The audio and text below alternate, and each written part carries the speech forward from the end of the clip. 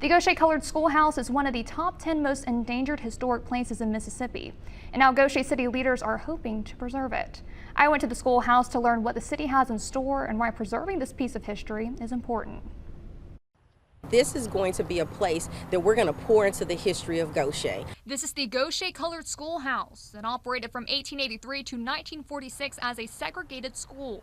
Now sitting off a De La Pointe Drive with boarded up windows, Gautier Mayor Casey Vaughn says the city is hoping to restore the building to what it once was and create a museum. Gautier don't really have a museum like our older cities do because we're still young. So this would be the beginning of some sort of place where we would have a museum for guests and our citizens to come to look at all the old items that we are here to cherish. Preserving history can be expensive. Mayor Vaughn says the city has received $12,000 from the Gautier Historical Commission fundraiser, and the Mississippi Department of Archives and History granted more than $150,000. However, the city needs roughly $400,000 to preserve the history of the Gautier colored schoolhouse.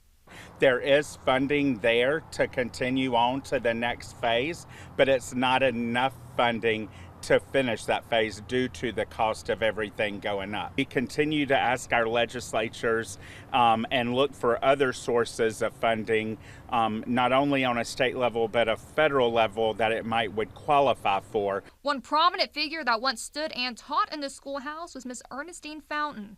Part of her work involved asking the community for funds to help operate the school. Now history repeats itself.